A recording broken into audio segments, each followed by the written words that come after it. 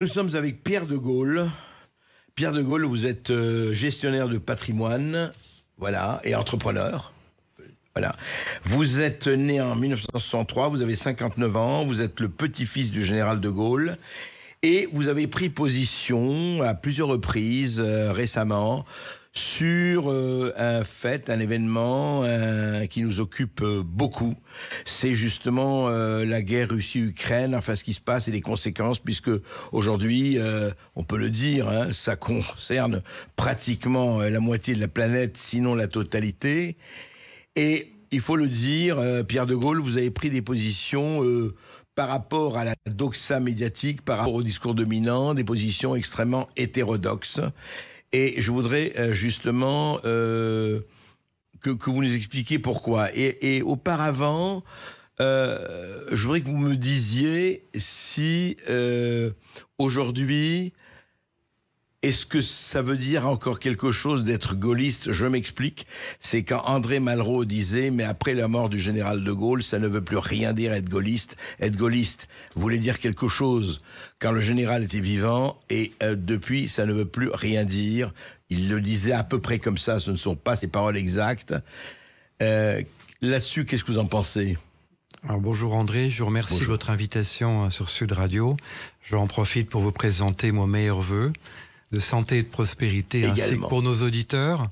C'est vrai que c'est une année intéressante, qui est à mon avis certainement une année de basculement, puisqu'elle montre à quel point les réalités apparaissent. Vous savez que le général de Gaulle disait que la politique est une affaire de réalité, et que malgré la communication bon ton, la communication uniformément acceptée et la fabrication de consensus, eh bien on arrive aux réalités. Si j'ai souhaité m'exprimer le 14 juin à l'occasion de l'invitation par la Russie à venir pour célébrer la fête nationale, de Russie, voilà, ça, oui. J'ai fait un discours spontané, donc c'était de ma propre initiative, parce que j'ai considéré qu'il était de mon devoir de rétablir certaines vérités face à la crise actuelle, à toutes ses conséquences et tous les mensonges et contre-vérités qui ont été faites, notamment concernant la crise en Ukraine, qui est en fait une guerre et qui est fondamentalement une guerre économique. Tout d'abord, souligner que je suis dans la continuité de la pensée du général de Gaulle, qui avait une connaissance intime et profonde de la Russie et de ses dirigeants, équivalente à aucun autre chef d'État, ni même de son vivant, ni même aujourd'hui, et qui considérait que la Russie et la France étaient liées par une longue histoire et par une communauté d'intérêts et de destin. Et surtout, il l'a toujours considéré. Il l'a toujours considéré, même au moment les plus difficiles de la guerre froide. Et surtout qu'elle était indispensable à la continuité d'un équilibre et à la prospérité et à la paix dans le monde. Je pense qu'il faut voir la Russie comme un État très fort, un État considérable, à la fois par la géographie, par sa richesse, par ses matières premières et la position géographique et géopolitique qu'elle occupe. La Russie est totalement incontournable. Et il faut replacer les choses dans son contexte. À qui profite cette guerre? Juste un mot, Pierre de Gaulle. On ne peut pas nier que c'est la Russie qui a agressé l'Ukraine, en l'occurrence le 24 février dernier, 2022, non? Oui, c'est la vérité. Mais qu'auriez-vous fait?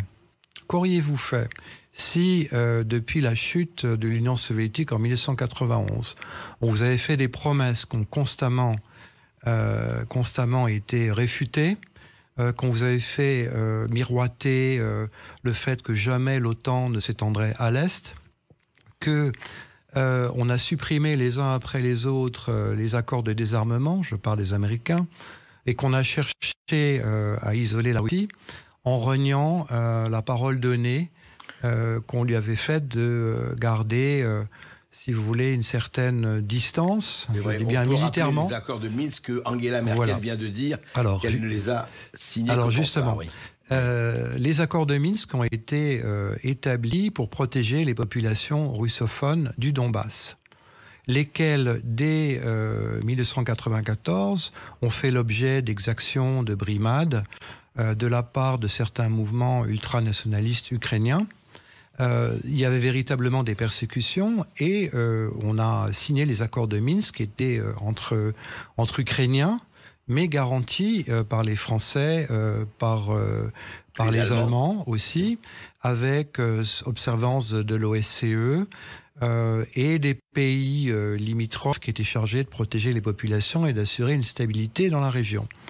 Il y a eu ce coup d'État à Maïdansk en 2014, où on a institué un gouvernement que je considère comme soumis à l'OTAN, qui n'a cessé, le gouvernement Poroshenko, oui. Qui n'a cessé depuis lors de vouloir annihiler la culture russe, persécuter les populations et qui a causé quand même entre 16 et 18 000 morts par suite de bombardements et d'exactions. Dans le Donbass. Dans le Donbass. Angela Merkel récemment, alors je ne sais pas comment on peut caractériser cette déclaration, mais dans l'article de Die Zeit du 7 décembre de l'année dernière, a dit que ces accords, elle n'avait jamais eu l'intention de les faire respecter et que c'était un leurre pour permettre à l'Ukraine de s'armer. C'est-à-dire ce qu'a confirmé, François Hollande. Ce qu'a confirmé François Hollande, qui est d'ailleurs étrangement resté silencieux sur la question, comme il est resté étrangement lointain et silencieux par rapport au rôle qu'il aurait dû jouer, comme la France est restée extrêmement lointaine et silencieuse par rapport au rôle qu'elle aurait dû jouer en tant que grande puissance internationale, en s'affirmant comme un partenaire crédible de la Russie, ce qu'elle n'est absolument plus aujourd'hui. Et donc, on se retrouve face à une situation de guerre, parce que si l'accord de Minsk avait été appliqué, on n'en serait pas là. Donc, il faut bien rappeler la causalité. On a menti aux Russes de façon effrontée, et la menace était grande pour Poutine de se faire encercler. Alors vous me direz, oui, mais bon, finalement, ça aboutit à l'effet inverse, puisque l'OTAN s'est élargie. Mais l'effet inverse, c'est justement que l'OTAN a été créée pour éviter exactement la situation dans laquelle il se trouve aujourd'hui. L'OTAN a été créée pour éviter un conflit nucléaire majeur, et donc il puisse y avoir des accords entre pays limitrophes pour que si jamais le conflit ne s'étende pas et ne débouche pas sur une guerre nucléaire. C'est-à-dire qu'il puisse y avoir un espace de manœuvre pour un conflit conventionnel avant le déclenchement ultime d'une guerre nucléaire. Oui, donc la Russie se trouve maintenant avec la possibilité d'avoir une arme nucléaire à 5 minutes de Moscou. Il n'y a absolument aucune marge de manœuvre. Ensuite, les États-Unis, à qui profite la guerre, et l'OTAN ont délibérément laissé l'Ukraine s'armer, et de façon outrancière. Arestovitch, futur conseiller de Zelensky en 2019, appelait ouvertement à la guerre. On demandait qu'est-ce qui est meilleur pour son pays, la paix ou la guerre avec la Russie. La guerre. Il a clairement dit la guerre. Dès 2020, Zelensky appelait à l'arme nucléaire sur son pays. Sachant qu'en plus, il y a des volontés manifestes maintenant de la part de l'OTAN alors vous me direz c'est pas nouveau, mais de renier les accords internationaux, de renier la parole perdue, notamment en Serbie. Est-ce que vous êtes de ceux, Pierre de Gaulle, qui pensaient que à partir du moment où le pacte de Varsovie a disparu, et il a disparu en 91, bien sûr, vu ce qui s'est passé, est-ce que l'OTAN n'avait plus du tout sa place? Est-ce que l'OTAN aurait dû, pour vous, disparaître en même temps que le pacte de Varsovie? Je pense que non, mais l'OTAN aurait dû s'aménager, évoluer par rapport à ce nouvel équilibre, en respectant l'identité des nations et l'intérêt des grandes puissances, dont la Russie. On ne peut pas se passer des Russes. Si vous regardez la position de la Russie sur la carte, on ne peut pas se passer des Russes. C'est un territoire qui est puissant, qui est entièrement autonome et qui est un arbitre entre l'Asie et l'Europe. On parlera tout à l'heure de l'émergence de l'Eurasie. On se fait complètement éjecter de cette opportunité, de ce poids politique, de ce considérable ensemble géographique. Il ne faut quand même pas oublier que par rapport à la politique américaine, les États-Unis ont perdu leur leadership économique à partir du moment où ils ont supprimé les accords de Bretton Woods, c'est-à-dire d'asseoir le dollar contre l'or. Et donc, ça a été la porte ouverte à l'endettement. Et ils ont perdu, alors ça c'est lié à la cause du Vietnam, la guerre du Vietnam. La guerre du Vietnam montre aussi que les Américains ont perdu leur leadership militaire. Et donc il s'agit pour eux d'essayer de reconquérir le terrain perdu. Donc face au bloc Asie qui n'auront jamais, puisque le vrai le vrai adversaire économique des États-Unis, c'est la Chine. C'est un autre morceau. Alors, pardonnez-moi, André, si je termine mon raisonnement. Je vous en prie. Vous faites un bloc allié entre l'Europe, c'est-à-dire 450 millions de personnes, avec une devise internationale de référence qui s'appelle l'euro, une véritable richesse industrielle, un véritable savoir-faire, un véritable réservoir de connaissances, une cohésion politique.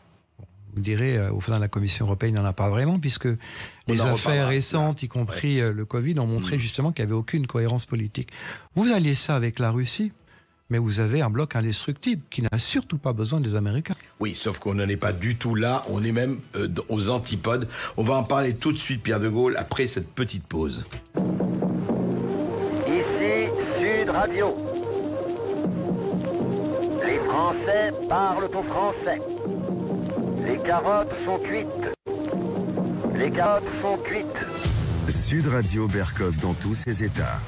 Et nous sommes toujours et plus que jamais avec Pierre de Gaulle, conseiller en stratégie et finance d'entreprise. Et nous parlons effectivement de ce qui se passe depuis le 24 février dernier dans cette opération spéciale, dans cette guerre Russie-Ukraine, et dont on a un peu parlé de cette géopolitique. Mais votre grand-père, général de Gaulle, quand il parlait de l'Atlantique à l'Oural, il disait effectivement, nous devons parler d'une Europe de l'Atlantique à l'Oural. Nous en sommes loin aujourd'hui, nous en sommes presque aux antipodes par rapport à, vous dites, ce bloc Eurasie. Mais effectivement, l'impression qu'on a, c'est que c'est un jeu de dupes, c'est-à-dire qu'on ne sait plus qui sont les marionnettes et qui sont les marionnettistes, ou du moins on le sait en partie, mais on a l'impression que cette guerre n'en finit pas, et n'en finit pas en tout cas de sitôt. Quel est votre sentiment là-dessus ? Alors je pense que c'est une grave erreur que de voir les Russes avec des yeux d'occidentaux. C'est ne pas comprendre l'âme russe. Les Russes, c'est un peuple déjà de philosophes, c'est un peuple de musiciens, c'est un peuple de scientifiques, c'est un peuple de conquérants. Et on veut les reléguer au plan de seconde puissance, plus ou moins en voie de développement. Oui, il fait de rustre et de plouc. De rustre et de plouc, c'est l'image du bolchevique qui a le couteau entre les dents. Ça qui date de 1917, depuis que les bolcheviks à l'époque avaient répudié les emprunts russes. En fait, et ce sont des conquérants. Ce sont des conquérants et ce sont des gens qui sont rudes et qui sont habitués à vivre en autarcie. Alors l'œil occidental voit la guerre comme évidemment c'est une chose épouvantable, on ne va pas revenir sur cette affreuse réalité, mais on a une perspective de court terme. Qui est un petit peu le travers de l'Occident, c'est que tout de suite, il faut passer à autre chose, on est habitué à une satisfaction du court terme, on est... un zapping. Un zapping, exactement, parce qu'on a tout de suite d'autres sources d'informations, d'autres sources de plaisir, d'autres réalités. Et donc, la guerre est une affaire de long terme. Pour moi, je le dis à l'antenne, il faut être fou pour s'attaquer aux Russes. Il faut être aussi fou pour considérer que dans l'état actuel des choses, on ira vers une victoire de l'Ukraine. Ah oui, ce qu'on entend du matin au soir. Ce qu'on entend du matin au soir. La Russie se décompose, Poutine est fou, Poutine est gravement malade. Gagné, oui. Mon Dieu, ça y est, son armée se décompose. Il faut savoir que la Russie est quand même la seule armée à pouvoir mettre en place des missiles hypersoniques à bord d'avions, à bord de bâtiments de guerre. Il y a également récemment, c'était un demi-aveu de la part des Ukrainiens, puisque le chef des renseignements ukrainiens, tout comme le chef d'état-major des armées américains, ont laissé entendre, à ma foi, que l'issue d'une victoire ukrainienne était très très loin d'être évidente. Et récemment, aveu s'il en faut encore un, Zelensky, le 28 décembre, a décidé de donner un mandat au fonds américain BlackRock pour reconstruire son pays. Alors ça veut dire qu'il est déjà passé, il n'est plus dans la guerre, il n'est plus dans la guerre, il est déjà dans la paix qui de toute façon s'imposera nécessairement, c'est la paix aussi que veulent tous les peuples, mais il est déjà à la reconstruction de son pays. Donc on est encore une fois de plus dans les questions d'argent, et il donne mandat ouvert au premier fonds d'investissement américain pour reconstruire son pays. Qui vaut des trillions de dollars, rappelons-le, BlackRock. On est à peu près entre 8 et 10 000 milliards de dollars, effectivement, sur l'état des marchés, par rapport a un PIB français qui est, je crois, de 2600 ou 2500 milliards. Vous me corrigerez si je me trompe de quelques centaines de millions. C'est donc un poids financier absolument considérable. Et les entreprises européennes et la France courra derrière si on veut bien leur laisser quelques miettes. Alors il est vrai qu'il y a des liens entre le président Macron et le fonds d'investissement BlackRock, comme avec certains consultants américains. Je ne doute pas qu'il puisse y trouver sa place. Pour ne pas nommer. Voilà, je ne doute pas qu'il puisse y trouver sa place. Ouais. Mais si vous voulez, l'Ukraine, c'est un pays qui est quand même... qui a été remis en cause plein de fois lorsqu'on a mis en place le drapeau de l'adhésion à l'Europe comme de l'adhésion à l'OTAN. Mais la plupart des pays européens étaient extrêmement réservés sur les capacités de l'Ukraine à tenir ses engagements, à être un partenaire sérieux, crédible, en ce qui concerne une contrepartie européenne. Je précise aussi à l'antenne, les auditeurs ne le savent peut-être pas, c'est que l'Ukraine a vendu ses terres agricoles à des fonds anglo-saxons. Un tiers des terres agricoles ukrainiennes appartiennent à des fonds anglo-saxons. C'est quand même... Un tiers des terres agricoles... Oui. Un tiers du total de l'Ukraine. Oui, un tiers des terres agricoles de l'Ukraine. On est dans la surface agricole de l'Italie, à peu près. Donc on est dans un pays qui est quand même largement revendu. Je pense qu'il n'y a pas d'autres termes. Et on est dans une situation où l'Ukraine devient le terrain d'essai de toutes les armes du monde. Zelensky a menti délibérément au peuple ukrainien en faisant croire que ça serait une guerre facile. Les Américains ont largement menti à Zelensky en lui faisant croire que, avec l'apport de l'aide financière, des armes, des systèmes d'armes, de l'électronique, des satellites, ça serait réglé en quelques semaines et qu'ils ne pourraient pas perdre. Qu'est-ce qui en paye le prix ?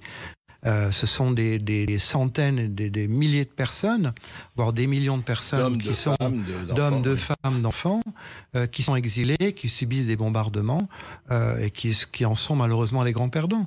Alors on m'a posé la question, mais ma foi, les Russes aussi sont les grands perdants de cette guerre. On a dit, ça y est, la Russie va s'effondrer. Nous allons mettre à genoux l'économie russe. Nous allons mettre à genoux l'économie russe. Notre ministre. Et puis petit à petit, on se rend compte que finalement, la récession n'est plus que de 15%, puis de 10%, puis maintenant de 3%, que l'inflation a été réduite également de 3%. Quand vous voyez le cours du rouble contre dollar et contre euro, on est au même niveau qu'il y a 5 ans. Et en plus, la Russie, qui est loin d'être un pays passif, fait de gens arriérés, etc., a complètement réorienté son économie. C'est-à-dire que les chaînes d'approvisionnement se sont déplacées en fonction de contreparties qui sont situées à l'Est, dont l'Arabie Saoudite qui a importé 3 fois plus de pétrole russe alors qu'ils sont les premiers producteurs de pétrole russe, l'Inde évidemment, la Chine évidemment, les Émirats, qui achètent un peu plus de pièces d'Airbus et qui les revendent aux Russes.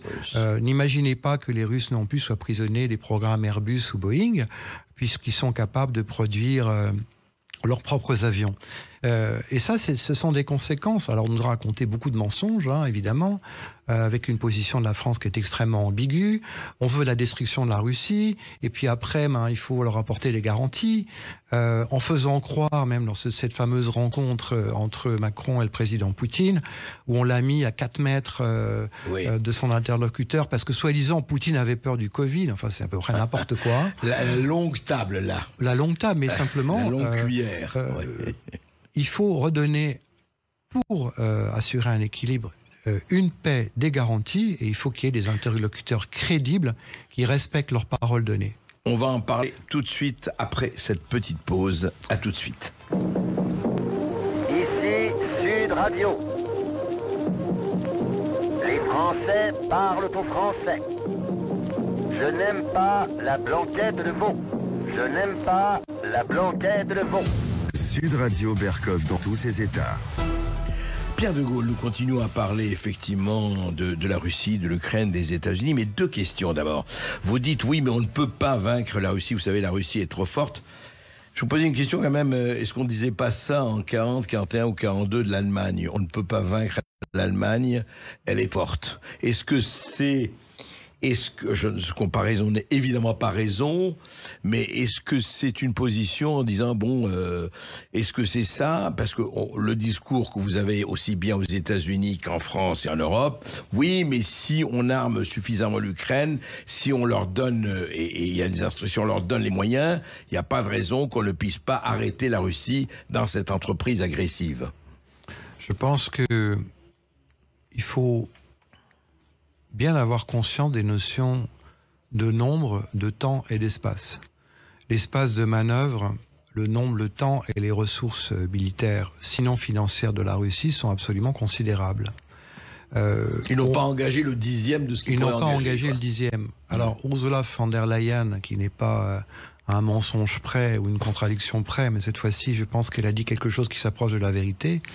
Je ne veux pas faire des comptabilités dramatiques qui sont épouvantables et faire des spéculations sur les chiffres, mais elle a parlé quand même de pertes extrêmement importantes en Ukraine, avec un nombre de blessés, vous le savez, qui est 3 fois supérieur au nombre de morts. On parle de 400 000 personnes déjà qui payent le prix de cet affrontement, encore une fois voulu par les Américains.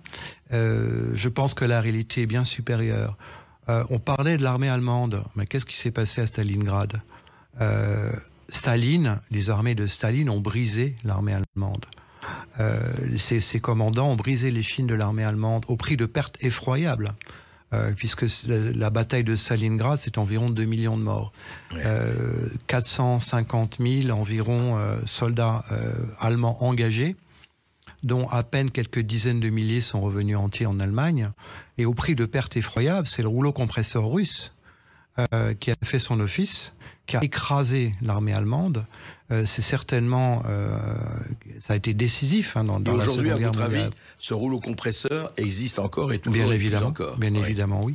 Il existe à la fois dans les effectifs, dans la supériorité technologique, dans la volonté et les moyens qui seront mis en œuvre.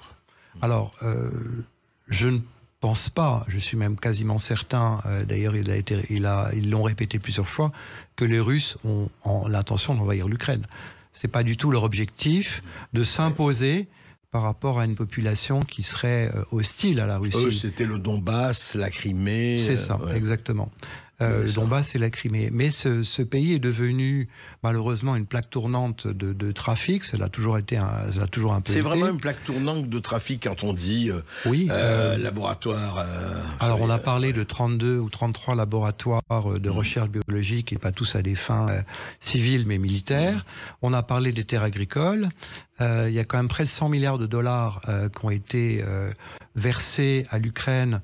Zelensky a licencié tous ses contrôleurs de budget. On dit que moins de la moitié de l'aide qui a été versée arrive véritablement aux Ukrainiens. Et comme je l'ai cité plusieurs fois... Est-ce que c'est, à votre avis, c'est plausible, ou c'est les ennemis de l'Ukraine qui disent voilà, c'est le trafic, on dit même que des armes sont revendues au marché noir? Alors je l'ai cité, il y a un catalogue de 1000 pages qui a été publié par le gouvernement ukrainien, catalogue d'armes destinées à la revente sur les marchés internationaux. Donc tout ça va alimenter les guerres, les trafics, les crises et le terrorisme. Je le citais ce matin... je pense que la position d'Israël est extrêmement intelligente. État en guerre qui connaît bien la stratégie, qui évidemment ne fait pas n'importe quoi. Ils ont toujours refusé une aide militaire à l'Ukraine parce qu'ils n'ont pas envie que les armes qu'ils vendraient se retourneraient contre eux. D'ailleurs, ce que l'on cède à l'Ukraine, ce ne sont pas des armes dans leur état ultime de développement. Oui, ce ne sont pas les armes avec les systèmes d'armes, les capacités, l'évolution les plus avancées.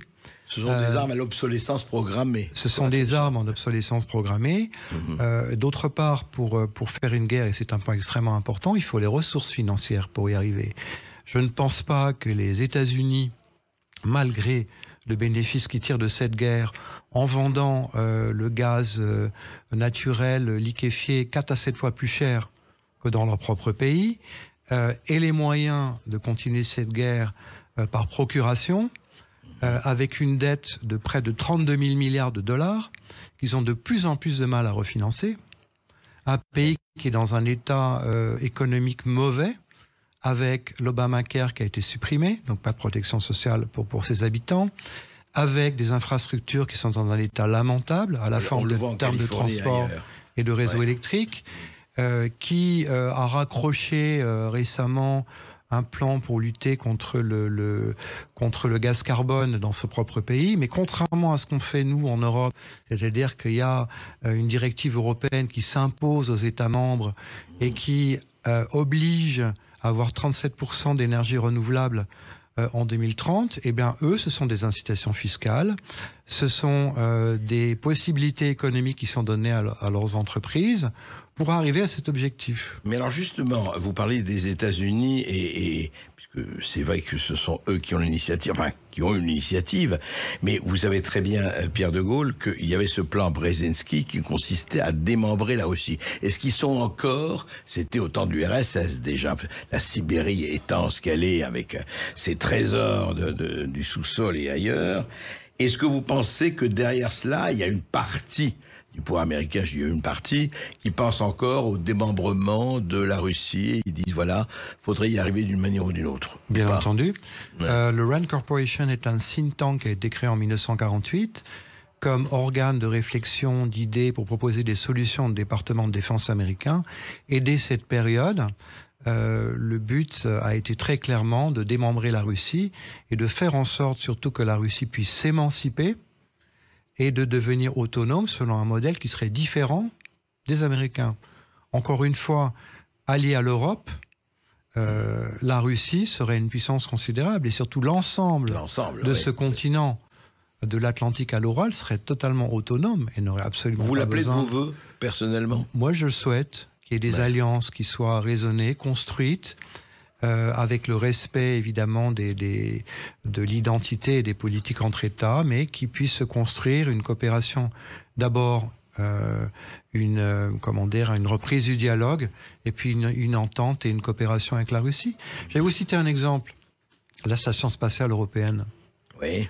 La Russie représente à peu près 25% de la masse par son module autonome russe, il y a un module russe et un module américain, de la Station spatiale américaine. On a appelé au secours les Russes pour aller chercher les 3 spationautes bloqués dans un des modules parce qu'il y avait une fuite de carburant suite à une micrométéorite qui avait percé la coque. Eh bien, on est heureusement dans un système où on voit un peu plus loin que les basses considérations d'équilibre de la planète, où il y a une coopération entre États. C'est une démonstration éclatante qu'on ne peut pas se passer des Russes, ni de leur technologie, et que les pays peuvent s'entendre. Moi, j'appelle fondamentalement à la paix, j'appelle fondamentalement à ce qui permet de faire la paix, c'est-à-dire un dialogue, c'est-à-dire des relations culturelles, et c'est-à-dire aussi des relations économiques. Donc vous avez été assez choqué par le fait de voir en Europe des artistes russes, des musiciens, des chanteurs, voire Dostoïevski déclaré persona non grata à Milan dans l'université. Enfin, tout ça, je suppose, vous a... Ce qui m'a choqué, c'est que l'on condamne le russe, simplement parce qu'il est russe, qu'on condamne la nation russe, qu'on condamne l'ensemble du peuple russe pour des considérations politiques, qu'on prive le russe de son droit de propriété alors qu'il est simplement russe. Ça me rappelle quand même l'époque de Vichy, où on spoliait la propriété d'une population qui était absolument pas responsable, et qu'on spolie la propriété des Juifs. C'est exactement ce qui est en train de se passer. Et qu'on discrimine des artistes, qu'on discrimine des sportifs sur le simple fait qu'ils sont russes, oui, ça m'a choqué. Je ne vois pas pourquoi. C'est contraire au droit international, c'est contraire au respect de l'intégrité des nations. Mais ça va aussi dans la volonté américaine d'imposer son modèle. Bon nombre de pays le refusent. On dit la Russie est isolée, mais 2/3 de la population mondiale soutient la Russie. En tout cas, se sont abstenus dans le vote de l'ONU. On l'a vu, ça. Se sont abstenus, mais ont clairement indiqué qu'ils poursuivraient une coopération économique et militaire dont la Chine. L'Inde, c'est la même chose, même si elle est plus discrète. L'Arabie Saoudite est en train de s'émanciper de la tutelle américaine. Donc il y a un basculement du monde de ce point de vue-là. C'est ce que je voulais vous dire. C'est ça. On assiste à un basculement du monde, un déplacement des centres d'intérêt économique, des centres d'intérêt politique et d'influence à l'Est, dont la Russie sera l'arbitre. On parle de l'Eurasie. Carrément, oui. Bien entendu. Regardez la position géographique. Regardez la position qu'elle a sur les matières premières. On ne parle pas seulement de l'agroalimentaire, on parle des matières premières industrielles. Le nickel et tout le reste. Oui, mais il y a beaucoup d'hypocrisie dans les sanctions, énormément d'hypocrisie. À ce moment-là, arrêtons d'acheter de l'uranium russe. La Russie fournit 17% de l'uranium aux centrales nucléaires américaines. Arrêtons de demander aux Russes de fournir des aimants pour les centrales nucléaires de nouvelle génération. Arrêtons la station spatiale européenne. Arrêtons d'acheter du pétrole russe à travers les terminaux, ce qui se fait le encore. pipeline, et bien entendu. Parce qu'il suffit que le pétrole russe soit mélangé et raffiné dans un autre endroit et soit mélangé avec un autre pétrole à 15 ou 20%, automatiquement, ça devient un pétrole qui a une autre domination et qu'on peut librement acheter ou vendre sur les marchés. Et le couronnement du couronnement, c'est le gaz de schiste, absolument interdit, non seulement d'exploitation, mais même de repérage en France, et on l'achète très fort aux États-Unis. Alors on l'achète dans le silence assourdissant des écologistes. Dans le silence assourdissant des écologistes, il y a une réalité, effectivement, sur le CO2, sur les ressources de la planète. Oui. Mais il faut quand même être concret. Il faut quand même être pratique. Les Américains, effectivement, vendent leur gaz naturel liquéfié et leur gaz de schiste 4 à 7 fois plus cher qu'ils le vendent à leurs propres habitants dans leur propre pays. Où on dit, ah ça y est, alors nous, en France, on agite le drapeau, la transition écologique, en disant c'est génial, on a la solution. Très bien, mais les programmes, les problèmes qui sont liés au parc nucléaire français, mon grand-père s'est attaché à bâtir, à mettre toute son énergie pour faire une France forte, qui est une voix puissante sur la scène internationale. De Gaulle, Mesmer et compagnie, oui. Exactement. Et assurer l'indépendance de la France d'un point de vue, je dirais, stratégique que civil avec le nucléaire. Ils ont détruit l'œuvre de mon grand-père. Où est la France que mon grand-père a essayé de bâtir? Où est cette France forte, indépendante, stratégiquement, civilement, avec ses grands programmes? Où est la France crédible avec sa voix qui portait sur la scène internationale? Où est la France en tant que véritable contrepartie qui peut offrir des garanties dans le cadre de conflits comme celui qui nous occupe? Où est cette France? On va en parler tout de suite après cette dernière petite pause. Ici Sud Radio. Les Français parlent au français. Les carottes sont cuites. Les carottes sont cuites. Sud Radio Berkov dans tous ses états. Pierre de Gaulle, petit-fils du général de Gaulle, conseiller en stratégie et finance d'entreprise. Pierre de Gaulle, on parlait justement, on a fini la conversation précédente par où est cette France? Alors justement, j'aimerais avoir votre avis. Qu'est-ce qui se passe en France aujourd'hui? Comment vous sentez cette situation entre ce que nous vivons en ce moment, la réforme de retraite et les réactions avec les grèves qui s'annoncent, la crise d'électricité, l'inflation? On a l'impression que beaucoup de gens, en tout cas, ont cette impression, tout se passe comme si beaucoup de gens ne savaient plus où ils habitent, ne voyaient plus le cap, ne voyaient plus de quoi il s'agissait, où est la ligne directrice, où sont les dirigeants? C'est la question que je me pose. Heureusement, on arrive maintenant à une prise de conscience des réalités. Le général de Gaulle disait que la politique, c'est une affaire de réalité. Le Covid a révélé beaucoup de choses. Dans quel sens? Sur l'incapacité du gouvernement Macron, des gouvernements Macron à gérer la crise, les masques qu'on avait revendus qu'il fallait racheter en catastrophe. Je ne vois pas de vaccin efficace, encore moins de vaccin français, alors que le président a dit que le vaccin est efficace à 95%.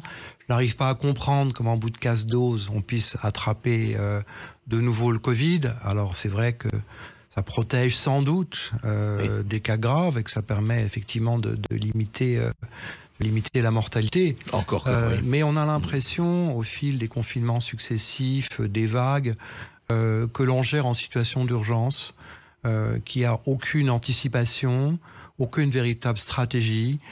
Et maintenant, la guerre en Ukraine arrive à point nommé pour dire, ma foi, on vous a plongé dans une situation financière catastrophique. On n'a pas fait ce qu'il fallait pour maintenir la compétitivité des entreprises, pour soutenir les industries en France. La réforme des retraites, on est dans un déséquilibre que paieront les générations futures. Et on gère en urgence. On gère en urgence avec une communication qui varie aussi un peu en fonction des événements.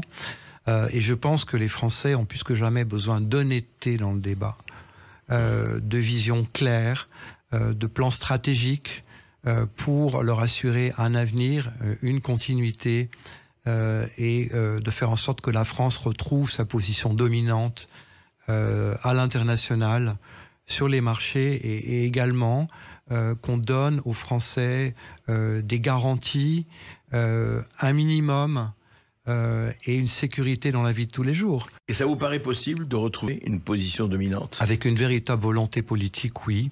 Avec une véritable stratégie, oui. Avec un véritable retour de la France au plan international dans sa diplomatie, oui. C'est une question de volonté. On demandait à mon grand-père, on m'a demandé, lors d'une intervention précédente, qu'est-ce qui donnait à mon grand-père cette liberté? Et ben, cette liberté, c'était d'abord la légitimité. Je pense que mon grand-père, vous le savez, ne serait jamais maintenu avec une majorité très relative. Il n'aurait pas fait de cohabitation aux élections législatives de l'année dernière. Ouais. Donc il avait, c'est vrai, une légitimité naturelle, mais aussi la question de la légitimité du peuple pour lui était totalement indiscutable. Et ensuite, ce qui lui donnait cette liberté, c'était la conviction, une vision claire et une stratégie. Quelle est la réalité d'aujourd'hui? C'est que malgré l'argent qu'on dépense à tout va, il faut savoir que la dette française a augmenté de presque 50% sur la période. 3 000 milliards, on n'est pas loin de 3 000 milliards. On n'est pas loin de 3 000 milliards, mais on oublie la dette hors bilan. On oublie la dette où l'État garantit les retraites des fonctionnaires, où l'État garantit le démantèlement, le soi-disant démantèlement et le renouvellement du parc nucléaire français. Tous ces engagements de l'État se montent à 5 000 milliards. Donc on a une dette cumulée de 8 000 milliards. C'est-à-dire plus de 3 fois la richesse du produit intérieur brut français que les générations auront à payer.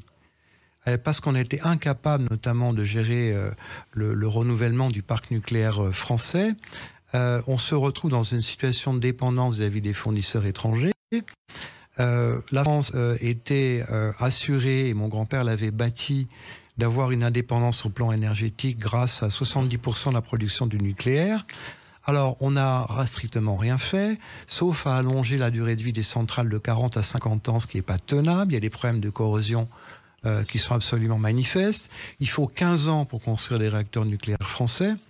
Et on va se retrouver, même en ayant décidé la construction de 14 nouveaux réacteurs supplémentaires, à une production nucléaire qui va passer de 70 à 40. On va la remplacer. Par quoi va-t-on la remplacer? On va la remplacer par l'éolien. On va la remplacer par du gaz, par des cycles, des centrales à gaz à cycle combiné qui vont être alimentées par quel gaz? Certainement pas le gaz américain. L'Algérie a des capacités d'exportation qui sont limitées. On va remplacer par des énergies de complément qui sont extrêmement chères et qui ne sont que des énergies de complément. Tout ça affecte dramatiquement l'industrie, tout ça affecte les petites et moyennes entreprises, tout cela affecte les très petites et moyennes entreprises. Alors on dit, ah mais oui, mais ça y est, on va vous aider, on redistribue encore de l'argent pour faire en sorte que on ne puisse pas acheter au-delà de 280 € du mégawattheure. Oui. C'est quand même 280 € du mégawattheure, c'est pratiquement 6 fois le prix qu'on payait en 2021. Tous ces programmes étaient connus. En un an. Tous ces problèmes étaient connus et anticipés. Donc c'est dramatique dans le quotidien des Français. C'est dramatique pour les boulangers. Certains boulangers, malgré cette protection tarifaire prise en urgence et sans anticipation, vont se retrouver obligés de mettre les clés sous la porte. On ne va pas faire passer le prix de la baguette de pain de 85, 90 centimes ou 1 euro à 3 ou 4 €. Mais on va encore arroser, Pierre de Gaulle. On va encore arroser, sachant que la puis... France est la championne du monde des dépenses publiques, la championne du monde des prélèvements obligatoires et la championne du monde des dépenses sociales. Pour quelle efficacité? Pour quelle efficacité? Où est la France de mon grand-père qui a laissé une France, vous me direz, les conditions économiques étaient différentes, mais force, sans endettement. La conséquence, c'est William Sorin, Garbit, c'est Duralex, c'est Arcelor, pour ne citer que, qu'ont décidé leur mise en chômage technique pour 80% de leurs usines et donc 80% des salariés. Alors, comment fait-on? Alors, est-ce qu'il faut aujourd'hui, devant cette situation, oui, personne ne vous la contestera, est-ce qu'il faut encore, pour parler comme votre grand-père, pour un sursaut éventuel, est-ce qu'il faut, ça dépend d'un homme, d'une volonté, enfin quand je dis d'un homme ou d'une femme ou d'une personne, c'est le facteur humain qui va jouer ou quoi, à votre avis? Je pense que c'est la conviction, c'est la volonté, qu'il faut absolument arrêter de faire cette politique de communicants, absolument arrêter, comme l'a fait le président Macron, de vouloir contenter tout le monde, de dire d'un côté, ma foi, on veut la victoire de l'État ukrainien et il faut absolument offrir des garanties aux Russes. C'est arrêter de dire qu'on nie la réalité de l'État algérien avant la décolonisation et qu'ensuite la décolonisation est un crime contre l'humanité. Je pense qu'il faut donner aux Français, alors il s'agit d'exemples sur la scène internationale, on a parlé aussi du Covid, il faut leur donner un langage de vérité, un langage clair, des véritables programmes de relance et de leur mettre sur la table quels sont les enjeux et les solutions qu'on trouve. La France, et dire la vérité, dire que la France est extrêmement dépendante sur la scène internationale et financière à cause de son endettement. Les Américains exportent leur endettement depuis 1973, depuis l'abandon de l'étalon or pour leur monnaie. Et il y a bon nombre de pays dans le monde qui refusent ce modèle parce qu'ils se retrouvent prisonniers. Pour tenir un pays, vous l'endettez. Au-delà de ses capacités. Il faut sortir de ce modèle. Il faut totalement sortir de ce modèle. Et je pense que la France a ses capacités, a les capacités pour le faire, parce que la France a un formidable réservoir de talent. Elle a les meilleures écoles d'ingénieurs au monde. Elle bénéficie d'une créativité absolument fantastique. Elle a des industries. Elle a des gens de qualité. Elle a l'esprit français. Mais elle a le bon sens. Mais elle n'a peut-être pas, en tout cas au sommet, le courage et la volonté. Elle n'a absolument pas au sommet ni le courage et la volonté. Et il serait grand temps que le gouvernement se secoue et arrête de mentir. Parce qu'il y a eu tellement de mensonges. Et une absence considérable de volonté à affronter les vrais problèmes. Merci Pierre de Gaulle. Merci André.